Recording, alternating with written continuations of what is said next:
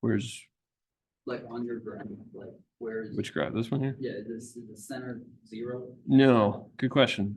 So yeah, so let's talk about what we got here. So this is, if I got a three-phase system, as we're going to learn later in the semester, three-phase, what did Tesla discover? So Tesla's big discovery basically was if he put three sets of windings inside of a motor, and set those windings 120 degrees apart from each other, you could effectively make a motor have a really smooth torque. All right, and that led to really a lot of three-phase power. So there's a specialness to the 120 degrees apart. All right. So basically, if I have a three-phase machine, three-phase generator, it's going to generate three voltages 120 degrees offset from each other. Okay. So to the question about where's 0 here. So basically, I've tried to mark out the tick marks here. So I'm showing this in degrees. All right. Now, in reality, this would be in time, but we can always say omega t, right, is basically an angle. So what I'm saying here is this is one cycle, 360 degrees. So if I'm talking 60 hertz, that would be 16.6 milliseconds. Okay, that's effectively the same thing. 0 degrees is right there at the very left side of that. All right, and what is that waveform? What's the blue waveform? We posted this. This is not posted, no. Yeah. What's the blue waveform there? Cosine. Yeah, and its what's its amplitude? 120 root 2 is its amplitude, right? What's the amplitude? Amplitude is the peak value of a waveform, right? So this is 120 square root of 2 cosine omega t. We call that VA. And I've written this as VAN. So we talk about this, in different ways. What I've showed here is basically the three sources that you have here in this image. All right, VAN is the top one. So what does it mean to say AN? Yeah, the voltage between this line A and this line N. So N is what we call our neutral. And typically that line is grounded. It's not ground, but it's grounded. All right, meaning that wherever it comes into the building, it's connected to the ground. Okay, but it's basically the return wire. So current would go out here and then back here. Okay. All right, so VBN is shifted 120 degrees. VCN is shifted another 120 degrees. All right, so VBN, 120 square root of 2. But if I'm looking at this picture here, this blue one is VBN right there. How would I write that in the time domain? 120 root 2 cosine what? Minus or plus? I heard both. Minus 120. Because what have I done? I've shifted it later in time. I've shifted it to the right. When you shift to the right, you have a minus sign, right? What do I have for VCN? Well, sometimes you see people write it as plus 120, right? Typically, we say it as to get from AN, which is the blue, to CN, which is the green, I would shift 120 twice. In other words, I'd shift 240 degrees. So I'd say 120 square root of 2 cosine omega t minus 240 degrees. Shifting to the right 240 degrees is the same as shifting to the left 120 degrees, right? So it could be plus 120 or minus 240. So we do it both ways, and we draw the phasor diagram where we show these things like this. Now, on my phasor diagram here, this is clearly VAN because it's at 0 degrees. Which one's VBN? This one here, yeah. Because it's minus 120. So I had to go back 120 degrees there. Okay. And then this one is VCN because I got to go back 240 degrees. Okay. All right. So that's how we draw that phasor diagram. Yeah. Why 3 phases? Why not 4? It's a good. Why did they separate it into 3? So you could do. There's no particular reason why you would have to do 3 as opposed to another number. All right. 3. So we'll talk a little bit about the advantages of 3-phase specifically. Right. In part, it's just historic. Tesla built a 3-phase motor. All right. But if we talk about multiple phases versus single phase, there's a lot of benefit to it. All right, so what I will focus on is what's the benefit of multiple phases over single phase. And there are a number of them, right, which we'll look at. So, and I'll get to that in this lecture. So when I talk about these things, we don't often talk about what I showed here, which is the line to neutral voltages. In fact, most of the time we talk in terms of what we call line to line voltages. So what a line to line voltage is? Like A to C. A to C, A to B, whatever. So the ones that we talk about typically are VAB, VBC, and VCA. Those are the most typical ones that we talk about. How would I get VAB?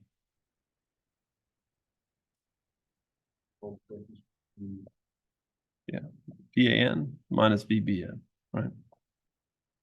All right. So if you go through that process, we can go through the math. We can put in what the phasor is for this and what the phasor is for that. If I go through that process, what's the result? Anybody know?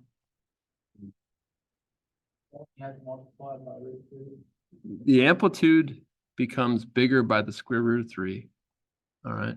And the angle shifts by 30 degrees. So basically what I get here is that VAN minus VBN, if you do the math, you're going to get that it becomes, so in particular, if I have that VAN, just be clear about this. VAN is V angle phi. It doesn't have to be 0 degrees. It could be 30 degrees, whatever. If I had this, VAN is that, VBN is, so if I have what I call my balanced three-phase set, this would be phi minus 120 degrees. This guy would be phi minus 240 degrees. And I'll almost always do it minus 120, minus 240 like that. Okay. What that means is that this guy here will be square root of 3 times V with an angle of phi plus 30 degrees. And that's super. Well, so basically what you're saying is if you did this VAN minus this VBN, if you did the math on that, well, your result would be square root of 3 times that. You want to see how that worked out. Basically what you would say is VAN is V cosine phi plus J V sine phi. And I would subtract from that V cosine phi minus 120. I'd go through that whole trig process and I would get this. You can subtract the phasors, but how do you do that? Right? I can't say, I don't know if you know how to do, I don't know how to do V angle phi minus V angle phi minus 120. Remember, if I'm doing complex numbers like that, I got to put them back into rectangular form. So if you went through that process, the result you would get would have that in polar form. All right. And I don't want to me, the math of the derivation, I don't care about. It's the result that matters to me. Right. And if I go through this process, yeah. Is that V? I'd rather you ask questions than not. the same as VA?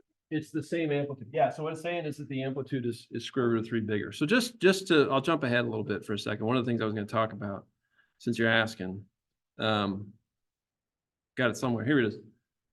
Some numbers that you've probably heard of before. Some of you have at least, right? So you know you got 120 right here. You may have heard 120, 208. All right. So if you took 120 times the square root of 3, what would it be? 208. All right. So in a commercial, so I wrote commercial industrial buildings like what we have right here in Epic, you would have 120, 208. In other words, 208 is the line-to-line voltage magnitude. That's 120 times the square root of 3. The other thing you see a lot in the commercial world is 277, 480. Right. So some of you guys may have heard 480, may have heard 460. They're related to each other. 480 is the service the utility gives you. Right. So Epic has coming into it a 480 service. That's a 480 line-to-line voltage. Those lamps right there probably are all on a single phase circuit and they're at 277 volts. Okay. All right. So those are common. And then we'll talk about some other numbers that you may have heard of before too, 4160, 23 kV. We'll talk about some of those later. All right. But there's that relationship between the line-to-line voltage and the line voltage. It's always square root of 3. So in other words, 120 would be V, 208 would be square root of 3V. Right, that's what I'm saying. Is the voltage in every single line going to be the same? Like you wouldn't have a 120, 150, and a 280? The voltage on each one should be the same. They may be a little bit different. In fact, they will be different a little bit. But ideally, they would all be the same, and they're pretty close to each other. The utility has to keep them pretty close to each other. Okay, so basically what we'd say is if I have a VAN here and VBN here and VCN here, right? These guys end up becoming, like I have square root of 3 times the amplitude. So it's basically saying this is a phasor that has square root of 3 times the amplitude with an angle of 5 plus 30. So if I did that result for all of these, it would be square root of 3V times phi minus 90 degrees. And then square root of 3V times phi plus 150 degrees. Like that. So here's how I remember it.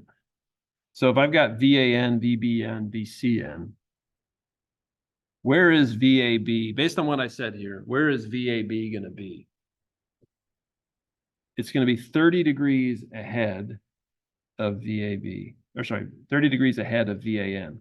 If VAN is V angle phi, it's saying shifted ahead by 30 degrees. So this guy would be here. Right? He's 30 degrees ahead. And he's a little bit bigger because he's square root of 3 times the magnitude. In fact, what ends up happening is that all of these are just 30 degrees ahead of their line-to-line counterpart. All right, so this guy over here is, so yeah, so which one's pointing downward? Based on what I've written here, VBC is the one pointing downward, that's right. Why? Because it's saying whatever the angle for VAN is minus 90 degrees. So VAN is here at 0 degrees. So I go back 90 degrees to get to VBC. Now this guy, and this would be VCA over here. What I typically say is, remember that picture. If you know where VAN, VBN, and VCN are, it's really easy to just remember this picture to remember how you shift them from those guys. Yeah, you guys are very inquisitive here. I like it. Or just, Or confused? Is it? yeah, Okay. sure. Yeah. Can you better explain, like, I'm not seeing the visually, I'm not seeing the shift. The 90 or the 150 degree shift for the VAB or the VCA. So if VAN is V angle phi, okay. If I look at this result here, VBC, it's got a bigger amplitude, and I took this vector and shifted it by 90 degrees. Oh, I see. Right. You could derive that by doing the math in rectangular form, but that's what I'm just writing out the result right there. 90 degrees from That's correct. the 0. That's correct. I'm going, yeah, because this is my base, I guess, mother vector, I guess, if you will, and I'm going away from that one when I do that shift. And the plus 150 would be, okay, I go from here to there. Okay. Yeah. Do we need to know leading line or we don't? I mean, I tend not to get too lost in vocabulary with this stuff, right? So for me, VAB leads VAN because he's more positive. But I don't worry too much about those terms leading and lagging. I'm much more concerned that you understand the idea there. All right, now I call these things, I give them a name. I call them a positive sequence set. And I don't think I'm going to ever talk about a negative sequence set, but a negative sequence set would have C and B reversed. All right. Pretend like I didn't say that. Just remember this part. Okay. All right. So thing is, how do I analyze these circuits? The nice thing about these circuits in general, all right, is that we try to balance our loads. So I try to have basically the load on each phase the same. So ideally what I have is this arrangement here. I call this a Y-Y arrangement. Why do I call it a Y? Because when you put it in a In the triangle, it looks like the Y. It looks like a Y, sort of. Yeah, I got three prongs coming off of this thing, right? So if I were to solve this, what would be the easiest way to do it? Well, the simplest way to do it would be superposition. If I didn't know any better, superposition, you guys would probably say master nodal or whatever, but superposition is an easy way to do this. If I did superposition, how would I approach it?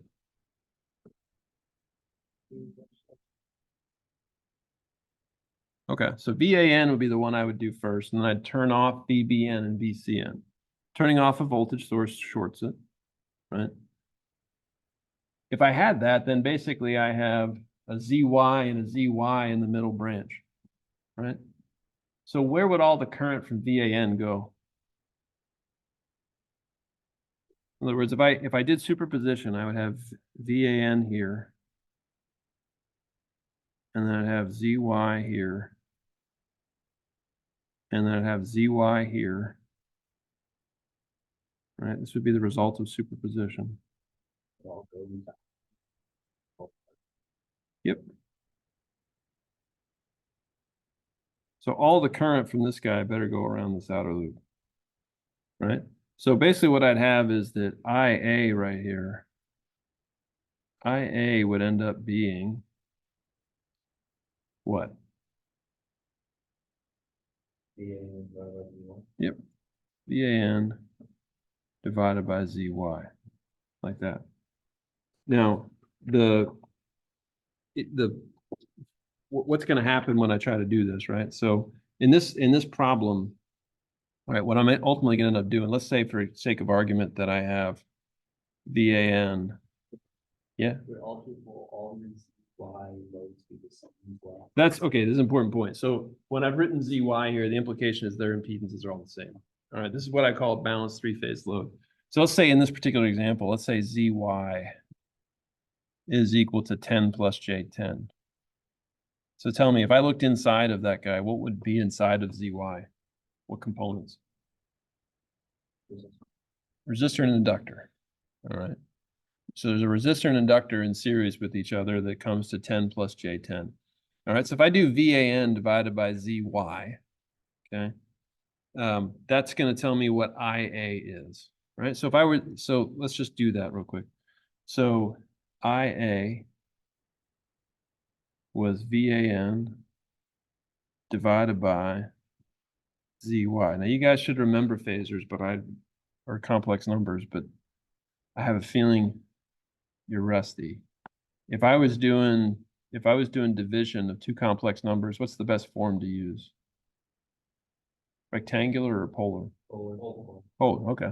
So I put V angle phi up top, right?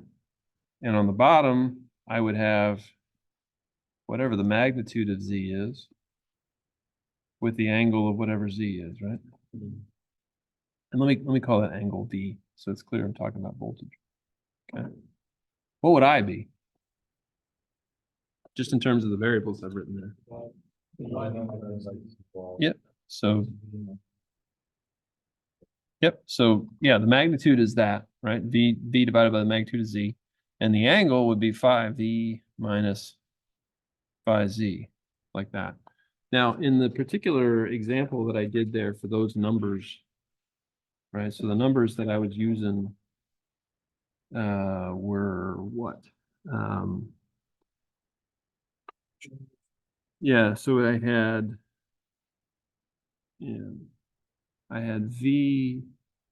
VAN equal to 120 with an angle of 0 degrees, and I had Z equal to, so ZY is 10 plus J10. What is the angle of 10 plus J10? What's that? Not 90. 45. Why do I know 45? Because the real part and the imaginary part are the same length. That would have to be a 45-degree angle. If you don't remember that, that's, you could say arctan of 10 over 10, right? That would be 1. Okay, so this guy would be, what's the magnitude? Square root of 14.14. Okay. Let's say 10 squared plus 10 squared. I'm slower with my math. Yeah. Yeah, well, that would work too. All right, so it would work out to be that, right? All right, so basically square root of 200 angle 45. Okay. So if I look at this result's kind of important. If I were to do, let's say IBN, right? Or IB. So IA is the current flowing out of that source. Now let's do IB. So if I do this, here's IBN like that. Here's IB like that. All right, what would I do now?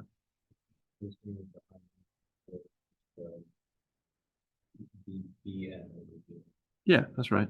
So basically for that, I would end up with IB equals VBN divided by ZY. So it's the same impedance.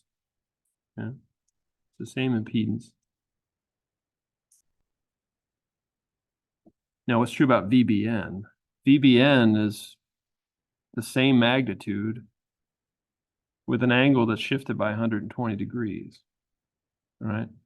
So essentially what that means for me, as far as I'm concerned, we never solve for IB. We never solve for IC. We only ever solve for IA, because what's going to happen here is, what's the magnitude going to be? Magnitude is going to be the same thing, right? So it's V divided by the magnitude of ZY. What's the angle going to be? Well, it's going to be the same phi V minus phi Z. I'm going to put two parentheses here. And it's going to be shifted by 120 degrees. Okay. And what's going to happen for IC? Same thing. Yeah, that's right. So if I called this here, I could call that the angle of I, right? Because that's the angle of the I vector. What this looks like is he's got the same magnitude, V over magnitude of ZY. Looks like it's the angle of I minus 120 degrees, right? In other words, it's the same angle here, phi I minus 120 degrees. What's IC going to be? Without doing any work, what would IC be? We see a pattern probably forming. Yeah, so it'd be VCN divided by that same thing, which is going to be V. It's going to be a vector whose magnitude is V divided by the magnitude of Z. And then his angle is going to be whatever the angle of I was that I found on phase A, minus 240 degrees. Okay. So basically what it says is, if I have a balanced three-phase load and I apply to it a balanced three-phase set of voltages, right? So I call these voltages here a balanced three-phase set. Same magnitude, shifted off from 120 degrees from each other. If I have a balanced three-phase set that I apply to a balanced three-phase load, what ends up happening is that they create a balanced three-phase set of currents, meaning the currents all have the same amplitude and they're all shifted by 120 degrees. Okay, so the bottom line for this for us is that whenever we're approaching one of these problems, you guys solve for phase A, and then you just take the result for phase B and C and you shift them by 120 degrees. That's what it comes down to. So if you go through the math here, I've got those results kind of formalized. What have I shown? We showed what IA was. IA is basically going to be pointing at negative 45 degrees. How did we come up with negative 45 degrees? Well, ZY had an angle of 45. VAN had an angle of 0 degrees. 0 minus 45 is going to make sure that this guy points downward that way, right? So what we said here, IA was the magnitude of V divided by the magnitude of Z. The magnitude of V in my example was 120 volts. The magnitude of Z that we just said was square root of 200. And the angle we had was 0 minus 45 degrees. Okay, so here it is, right? Here's IA. Now, what I have from this result that we just kind of formalized right here is, it just says that what I do is, when I want to figure out where these guys go, they all have the same magnitude, IA, IB, IC, all the same magnitude. each one of them is just going to be 45 degrees behind whichever voltage you came from. All right, does that make sense? All right, we typically don't worry too much about the B and the C current. We just know that they're shifted 120 degrees from the voltage that created them. Okay. All right. So this is basically the result that we get from this, right? If the loads are balanced, meaning what it says here, if the impedance in each is the same, all right, this is the set of results that I get. And you guys can use that result basically to do anything here. Key result is we only need to analyze one single phase circuit and then copy the results across the other two. So the current magnitude has the same angle, sorry, the same magnitude, and then we have that plus or minus 120 degree shift that occurs as a result. Okay. All right. Now, one thing just to note about this whole thing here, this gets into why we use sort of three phase, right? If I go into what we just did right here, I'm not going to derive it, all right, because I don't want to, I don't feel like it's that useful for me to sit here and grind through the math and you guys watch me do it. If I plug in VAN, VBN, and VCN, meaning if I plug in VAN is equal to V angle phi, and VBN is V angle phi minus 120 degrees, and VCN is V angle phi minus 240 degrees. You take those three things, put them in rectangular, add them up, they equal 0. All right. Now, similarly, because of what I just showed for the currents are the same way, right? They've got the same magnitude, and each one is shifted 120 degrees from the others. If I add those up, that will also equal 0. All right. So essentially what it says is if IA plus IB plus IC, that happens somewhere in this circuit, right? Where is IA plus IB plus IC? Where is that by KCL? Where is that in this circuit? IN. All right, it's in the neutral. How much current ends up being in the neutral as a result? 0. It's kind of weird, right? Basically what it says is that all three, there's three currents that are flowing down this wire, but those three currents instantaneously sum up to be 0. All right, so as a result of that, for a long time, people made neutrals smaller than they did for these wires. That was really important, right? If you're building a grid that has thousands or hundreds of thousands of miles of wire, right? It's pretty convenient if you don't have to do the fourth wire. Basically, it's half. So here's one big advantage of three phase. If I had a bunch of single phase strung out through the world, I would have a lot of big wires that would be going out carrying the current and coming back carrying the current. I don't need that with three phase, right? Because effectively what I have is three single phase systems that have their currents cancel. So that effectively means that I have half the amount of copper in the world that I need to. All right. And that's a little bit nuanced nowadays because there's different computers and things like that are not as simple as just inductors and resistors, right? Which I'm not going to talk about here. But that does have a lot of advantages here. The fact that I don't have that neutral current. So we talk about the reasons for, why we use three phase. There's at least two, and I can come up with others, right? And again, I'm not going to focus too much on the derivation of these things. Basically, three single phase circuits would need 6 wires. If I have balanced three phase circuits, I only need 3. All right. In other words, if my system's truly balanced, I actually don't need that wire. All right. Is what this is saying. All right. Now, there's a way that we actually do that. We always include that wire. All right. But there's a way that we do it, which I'll show in a second. All right. Half the copper is needed. That's one of the reasons why we use three phase. The second reason, which is important, there's at least a third I can come up with, but this one here, the instantaneous power, P of T. What's instantaneous power? Yeah, so how did we compute it when we did single phase? I didn't make you do any problems with P of T, but we did derive how we got to P plus JQ and all that stuff.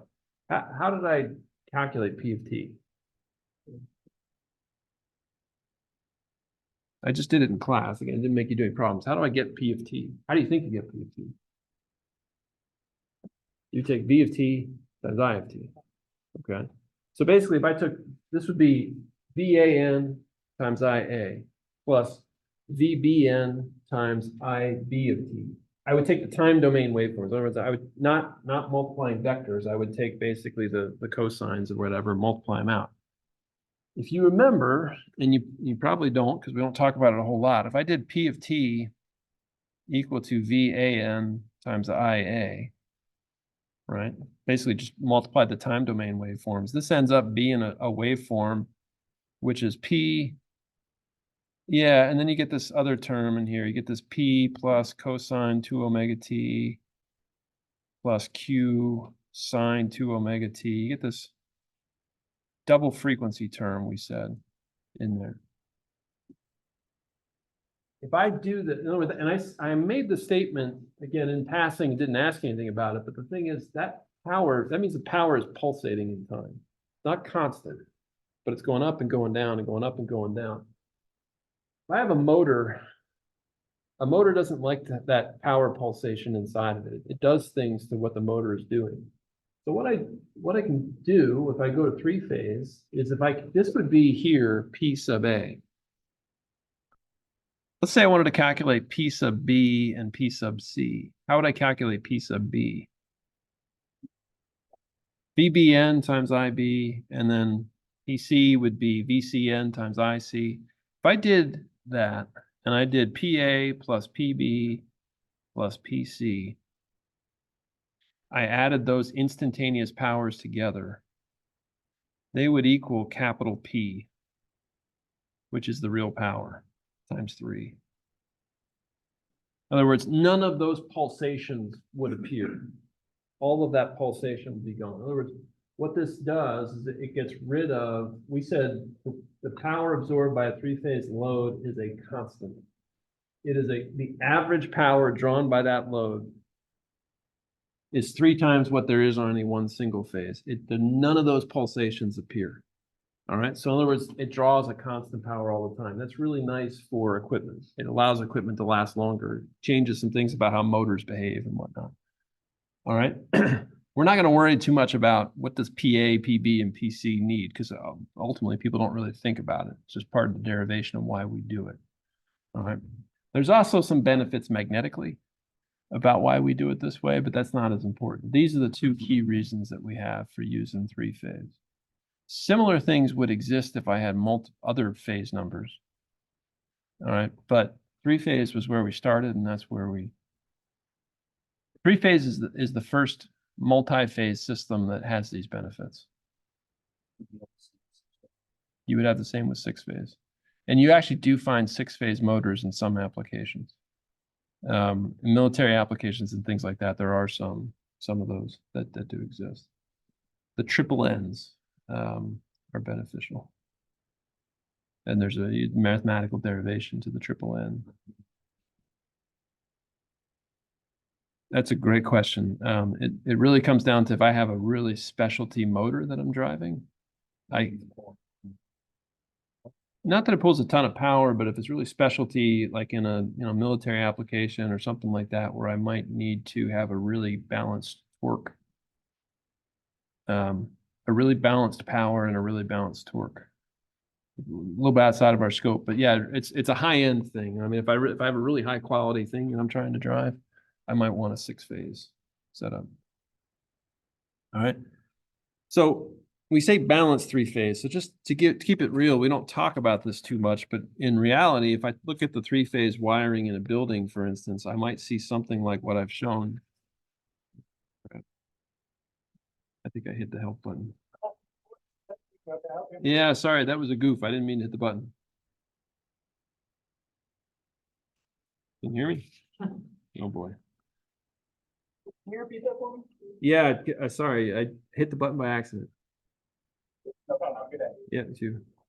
I think last thing I wanted to do is think there's like a situation. All right, so in here, all right, what do I got? I got a balanced 3-phase set of loads. This is what a motor or what a wiring diagram would look like in a building. So if I went into Epic, somewhere in here there'd be 3-phase motors. There's fans in this building for sure. There's pumps in this building for sure. Those are 3-phase loads.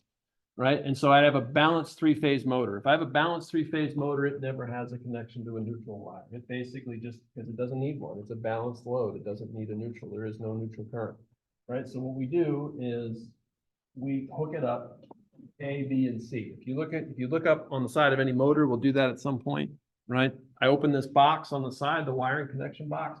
There will only be 3 wires coming out ever. All right, there will never be a 4th. All right. Now, for the rest of the loads, we call plug loads and lighting loads, right? We basically connect them up. And ideally, we try to hook up the load so that a third of the load is on one phase, a third is on the middle phase, and a third is on the third phase. Okay.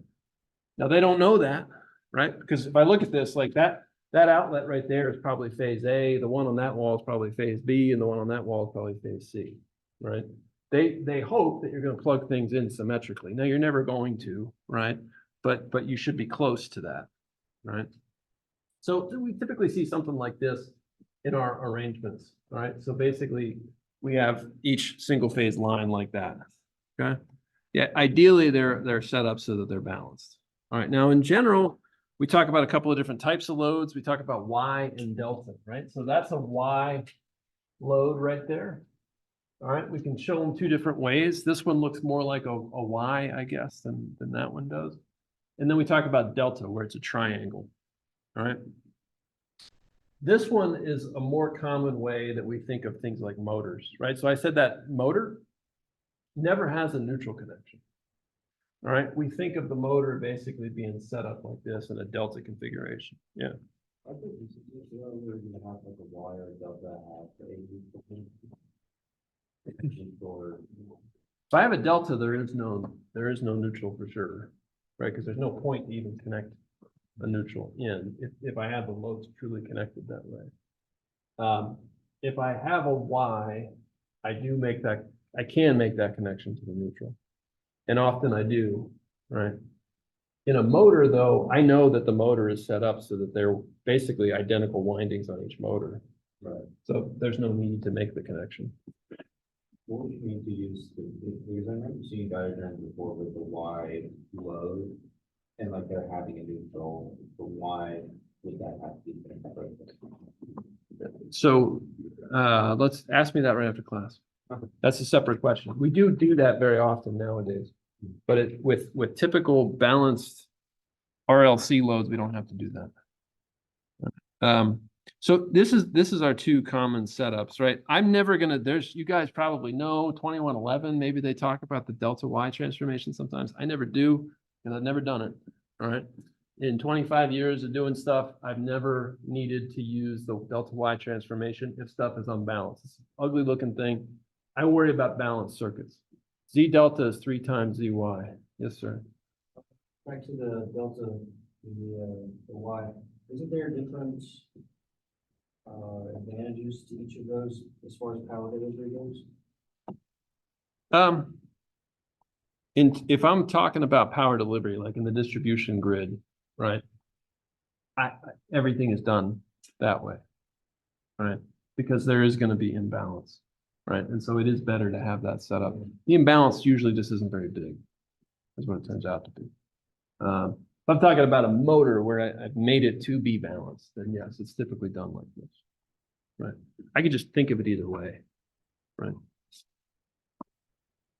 Okay, again, and I won't worry in here. If you get into some real serious power at systems analysis, distribution systems analysis, then you'll worry about unbalanced stuff. But even then, you don't ever do this delta to Y transformation.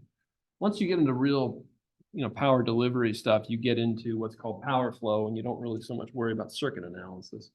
You worry more about what's called power flow. Different story. Okay, we're not going to touch that so much here. This you will need. All right, so here's basically the summary of all of this, right? I think of it like this. I have a 3-phase voltage source and a 3-phase load connected through a 3-phase line. All right, and so we talk about a couple of different terms here. Basically, what I say is, in general, I have my balanced 3-phase set of voltages. They produce a balanced 3-phase set of currents. All right, and I can relate that to a balanced 3-phase set of line-to-line voltages. Now, just for some terminology, I'm gonna try to stay away from this more, as much as I can. Sometimes people refer to line voltages and phase voltages. I'll try to keep it clear, line to line versus line to neutral. But if you hear that, you may be at work and you may hear somebody, depending on if you have an internship or whatever, you may hear somebody say line voltage. Line voltage means to people typically the voltage between two phases. So when I said 480 was a common line voltage, that's the line to line value, okay? Phase voltage is the line to neutral value. Typically we don't deal with these ones. We often deal much more with these ones, the VABs, all right? I will try to stay away from those terms, all right, and try to make it clear whether it's line to line or line to neutral. All right, and you will need this result right here, all right, that Z delta is 3 times ZY. All right, so in general, I'm going to try to follow this notation too, that whenever I'm talking about stuff on the source side, I'll use lowercase notation for the circuits. And on the other side, the load side, I'll use uppercase, all right, which is kind of consistent with what you probably saw in network 2. All right, so I talked briefly about this already, so it's pretty common to have these voltages, all right. For any of these problems, basically comes down to 4 steps, right? Basically, it's this. I need to, most importantly, get the circuit into a Y-connected setup. Y-connected is very simple because I basically have 3 single-phase circuits. So what do I do? No matter what problem I give you, I convert it into a Y form. So we're going to look at how to do that, right? Then basically what I do is I use superposition, like I did in our first example, to analyze that circuit. So we turn everything into a problem exactly like that example I did. We analyze it with superposition. Then we use this result of the balanced 3-phase sets to figure out what's going on B and C. And then I basically use whatever arrangement I need to go back to whatever the original circuit was. All right, I don't think we're gonna have enough time today to probably go all the way through an example, but we can kind of talk about one, which is this guy. All right, so let's look at what I have here. So I got to get this to a single phase arrangement in a Y setup, and I should be clear about that, in a Y setup. What do I have here? All right, in general, like I said in the picture that I showed here, in general, I think of things as being a 3-phase source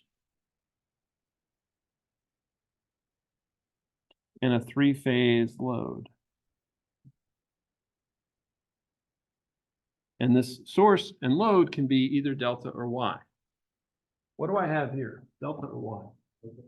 Delta on both sides.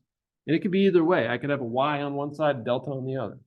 Guess what? Your homework's going to have all kinds of varieties of those, right? So in this case, I got delta on one side, delta on the other. So this is a delta, and this is a delta. And they're connected through a set of 3-phase lines. In this case, those lines are not wires per se, right? What are they? Yeah, so it's some kind of a line with some kind of an impedance. And you've already kind of seen that's, you know, a common thing that we deal with in power systems is the fact that wires have impedances. And those wires having impedances matter because they have voltage drops and things like that. All right, so what I say is I use lowercase for my source side. I use uppercase for my load side. So I have little a's over here on the source side, little capital A on the load side. Okay, so what I do is I try to convert this into essentially a balanced Y-Y connection. So I try to turn this guy into a setup where I have, you know, VAN, VBN, VCN, with, in this case, a set of lines here. And then I do whatever I need to do to convert my loads over. So let's see what we can do here. So help me out. What is ZY?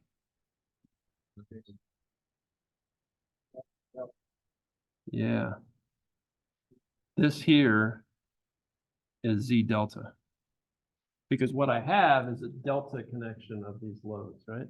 When how first of all, can I see that they're delta connected? Basically because point A, point B, and point C are connected in that triangle, right? So if you look at the picture I have in the notes,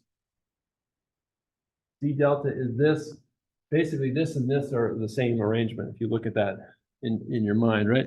So, We're converting from delta to y, to that the, d delta to about 3 to z1. yep, yeah, so z delta, and again, you can derive this, right? Z delta is 3 times zy, all right? I'm happy to provide the derivations to you, but I don't necessarily want to go through them, right? Because again, I'm much more focused on making sure you guys know how to use this stuff. All right, but if I look at this, z delta is, so z delta is 3 times zy. And it looks like z delta is 9 plus j6. So that tells me that zy over here is what? I guess 3 plus j2. Right? Again, that tells me there's a resistor and an inductor in there. Right? Now, real quick, I do want to say, well, how would I do the conversion? I got a delta connected source. How do I do the conversion to get that delta connected source into a Y setup?